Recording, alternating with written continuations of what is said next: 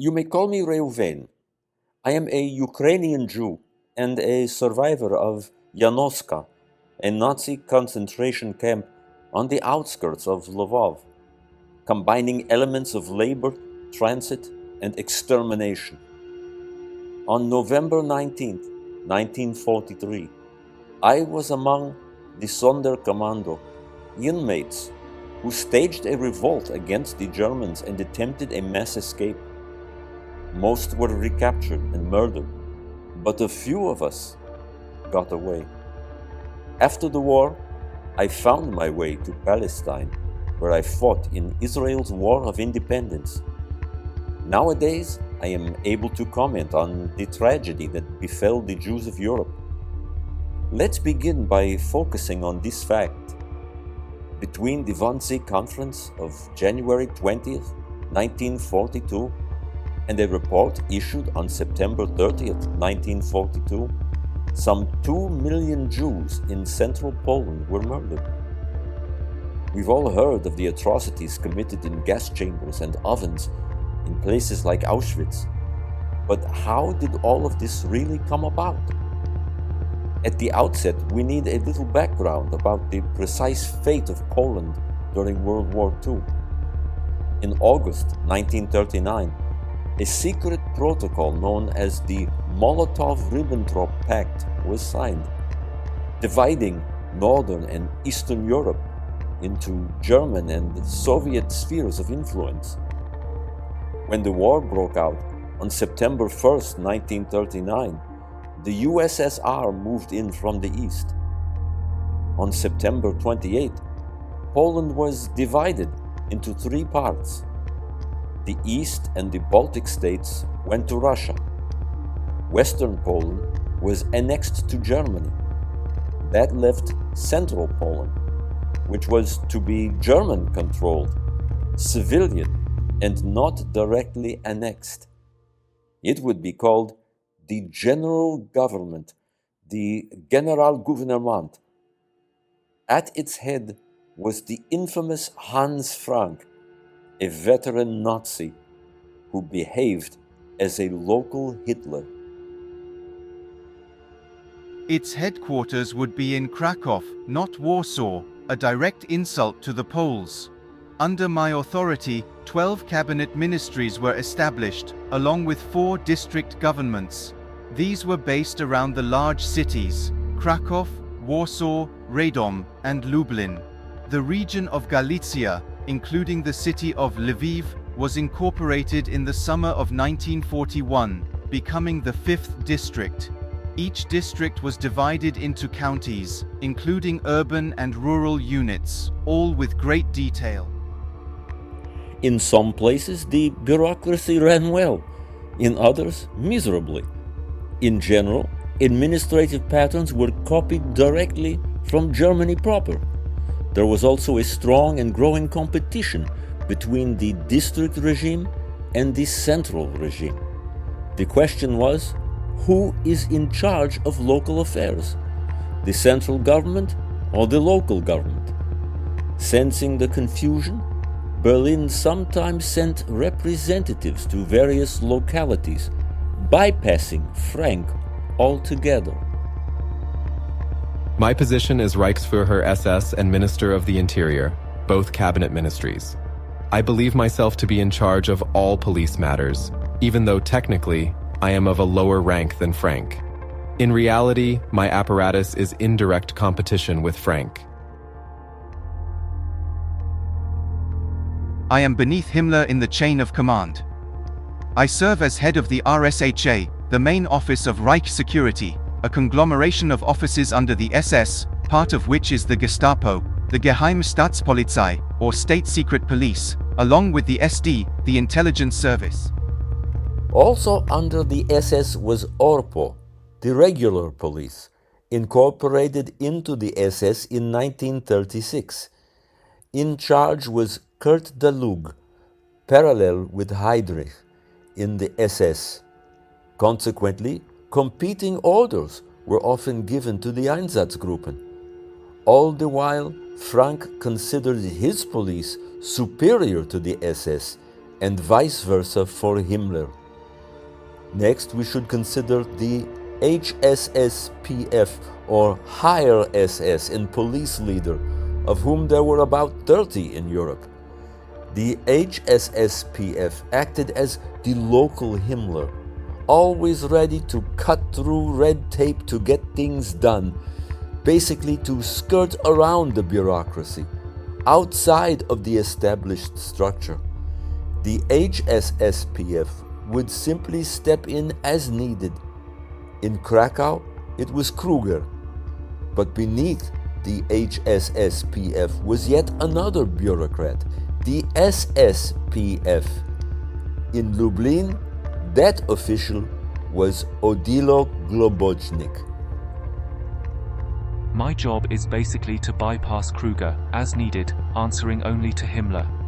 I consider myself the head of what is called Operation Reinhard. As for Reinhard Heydrich himself, he was assassinated in May 1942 by the Czech underground. Oddly enough, Heydrich had almost nothing to do with the murder of the Jews of the Generalgouvernement. Yes, he was in charge while he lived of the overall final solution, and he proved that at Wannsee. But its local implementation was outside his jurisdiction. Moreover, Heydrich's Einsatzgruppen were by no means alone, even in the initial stages of the genocide. And throughout those initial stages, competition was extremely fierce around Jewish policy. In the end, the SS emerged victorious over Hans Frank, but civilians remained in charge of day-to-day affairs. Civilian administrators were the ones who established the ghettos, and the Judenräte reported to civilians, not the SS. Why then did a prominent Nazi and SS leader end up in charge of Operation Reinhard? Because of his particular skill set? Because he happened to be located in Lublin? Why was Lublin chosen by the Nazis as the city in Poland where Jews would be concentrated? The notorious Lublin Reservation? The answer to that lies in the simple fact that Lublin had for centuries been the main rabbinic center of world Jewry, drawing to its yeshivas some of the best Jewish students in Europe. Even many American Jewish communities recruited their rabbis from this region. The Nazis were doubtless convinced that holding Jews as hostages in Lublin would somehow weaken the conspiratorial web of world Jewry. It might well have been that whichever Nazi happened to be presiding over Lublin would have been chosen to head up Operation Reinhard. But it might also have been that Globocnik would have gotten the job wherever he was located. After all, I was personally indebted to Himmler, who had stepped in and saved me just before I was about to be put on trial for embezzlement. For that reason, I would go out of my way to please Himmler. I basically trampled Hans Frank's people. As SSPF, I would bypass the HSSPF, Kruger, just to get things done. I took my orders directly from Himmler to build Majdanek, to create SS and police colonies in the occupied USSR, and to organize Polish Jews for forced labor, which was originally my own idea. I determined the places and the nature of the murder, the manpower required, and the preparation of the Jews themselves. I sent out observers to evaluate the nature of the killings taking place in the USSR. The reports that came back were that mass shooting was not sufficiently effective. Some of the shooters were traumatized by the experience. Furthermore, it was a waste of bullets. I noticed, however, that Hitler's euthanasia program had officially ended in August 1941. Consequently, many workers in that program, who had experience with gassing victims, were requisitioned to work for the larger genocide. It was decided that carbon monoxide would be put to use for this purpose. deported Jews from the Lodz ghetto were led through a basement corridor and then up a ramp to a small windowless room that turned out to be the cargo area of a large van. Once the van was full, the doors were slammed shut, and as it was driven to a nearby forest, exhaust fumes were routed into the back, asphyxiating the trapped victims. In September 1941, the commandant of Auschwitz, Rudolf Hess, ordered the use of a gas used as a disinfectant and pesticide called Zyklon B for the extermination. The logistics of the genocide itself were revolutionary, and the idea was not that the murderers should go to the victims, but that the victims should be brought to the murderers. Using the railroads for whatever was to be done with the Jews appears to have been an early idea. But as the death camps came into focus, it was important that they be located on railroad lines. Sobibor, for example, was a small town on a railroad line. Belzec was also a small village on a central railroad line. And Treblinka was on a railroad line in close proximity to Warsaw.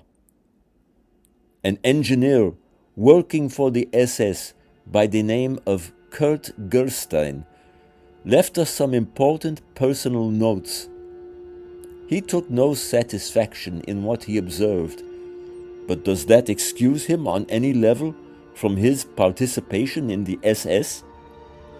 He later maintained to friends that this experience made him determined to inform the world of the horrors taking place. In Lublin, SS Gruppenführer Globoknik was waiting for us. He said, "This is one of the most highly secret matters there are, perhaps the most secret. Anybody who speaks about it is shot dead immediately. 2 talkative people died yesterday." Then he explained to us that, at that time, August 17, 1942, there were the following installations. 1.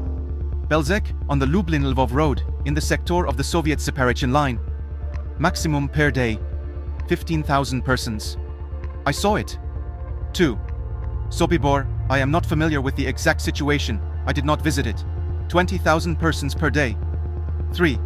Treblinka, 120 kilometers northeast of Warsaw. 25,000 per day, saw it. 4. Majdanek, near Lublin, which I saw when it was being built. Globoknik said, "You will have very large quantities of clothes to disinfect, 10 or 20 times as much as the textiles collection, which is only being carried out in order to camouflage the origin of the Jewish, Polish, Czech and other items of clothing.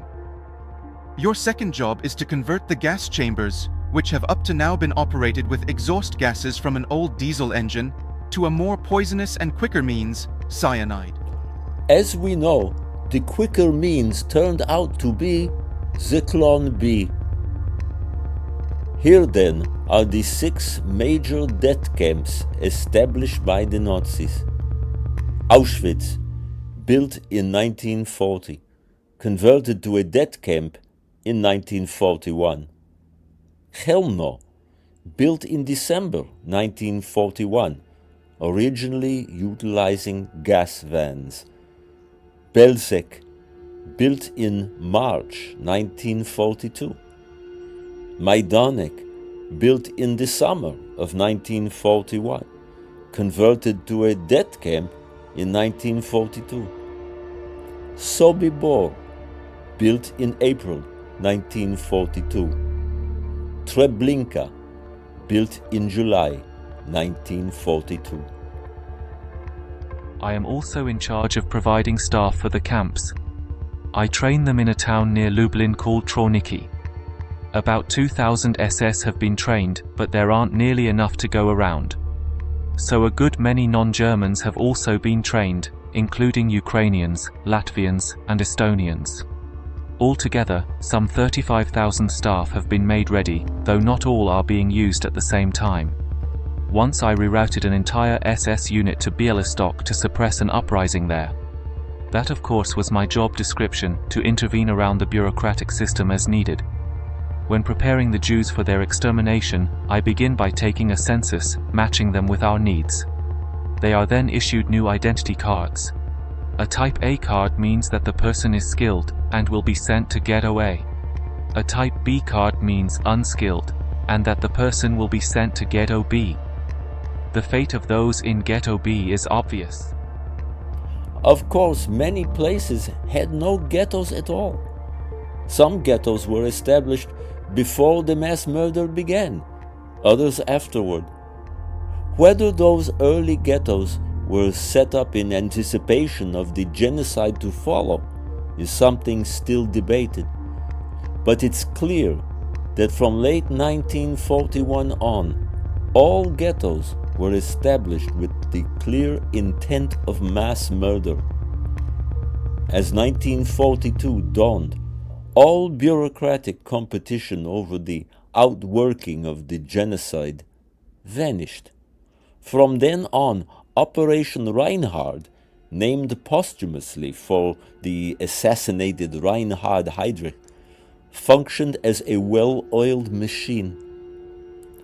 The three distinct parts of Operation Reinhard included organized deportations under a senior commander named Hermann Höfle, the operation of the camps themselves under police captain Christian Wirth, and the confiscation of the booty and loot.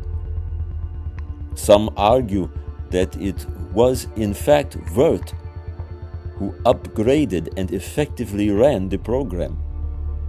In any case, Adam Chernyakov, head of the Warsaw Ghetto Judenrat, on the eve of the deportation in 1942, made a diary entry that tells us everything we need to know. July 22nd, 1942, at the community at 7:30 in the morning. The borders of the small ghetto are guarded by a special unit in addition to the usual one. At 10 o'clock, Sturmbannführer Höfle appeared with his people. We disconnected the telephone lines. The children were transported out of the little garden. It was announced that we Jews, without regard to sex or age, apart from certain exceptions, would be deported to the east. 6,000 had to be delivered by 4 o'clock today. And this, at least, is how it will be every day. Sturmbannführer Höfle called me into the office and informed me that my wife was free at the moment, but if the deportation failed, she would be the first to be shot as a hostage. The next day, Chernyakov committed suicide. As for Globochnik, he himself committed suicide after the war, while in prison. The personal notes of Kurt Gerstein at the extermination camp at Belzec fill in the rest of the story. Next morning, a few minutes before 7 o'clock, I was told that the first train would arrive in 10 minutes. And in fact, the first train from Lvov arrived a few minutes later. There were 45 carriages with 6,700 persons, of whom 1,450 were already dead on arrival. Through small openings closed with barbed wire, one could see yellow, frightened children, men, and women. The train stopped, and 200 Ukrainians, who were forced to perform this service, tore open the doors and chased the people from the carriages with whips. Then instructions were given through a large loudspeaker. The people are to take off all their clothes out of doors, and a few of them in the barracks, including artificial limbs and glasses. Shoes must be tied in pairs with a little piece of string handed out by a small 4-year-old Jewish boy. All valuables and money are to be handed in at the window marked valuables, without any document or receipt being given. The women and girls must then go to the barber, who cuts off their hair with 1 or 2 snips. The hair disappears into large potato sacks, to make something special for the submarines, to seal them, and so on. The duty SS junior squad leader explained to me. Then the march starts. barbed wire to the right and left, and 24 Ukrainians with rifles at the rear. They came on, led by an exceptionally pretty girl. I myself was standing with Police Captain Worth in front of the death chambers. Men, women, children, infants, people with amputated legs, all naked, completely naked, moved past us. In one corner there is a whimsical SS man who tells these poor people in an unctuous voice, "Nothing at all will happen to you. You must just breathe deeply, that strengthens the lungs. This inhalation is necessary because of the infectious diseases. It is good disinfection." When somebody asks what their fate will be, he explains that the men will of course have to work, building streets and houses. But the woman will not have to work. If they want to, they can help in the house or the kitchen. A little glimmer of hope flickers once more in some of these poor people, enough to make them march unresisting into the death chambers. But most of them understand what is happening. The smell reveals their fate. Then they climb up a little staircase and see the truth. Nursing mothers with an infant at the breast, naked, many children of all ages, naked. They hesitate, but they enter the death chambers, most of them silent, forced on by those behind them, who are driven by the whip lashes of the SS men. A Jewish woman of about 40, with flaming eyes, calls down revenge for the blood of her children on the head of the murderers. Police Captain Worth in person strikes her in the face 5 times with his whip and she disappears into the gas chamber. So many who revolted against our captors in Genoska that day in 1942 perished at the hands of the Nazi murderers. I alone am escaped to tell you.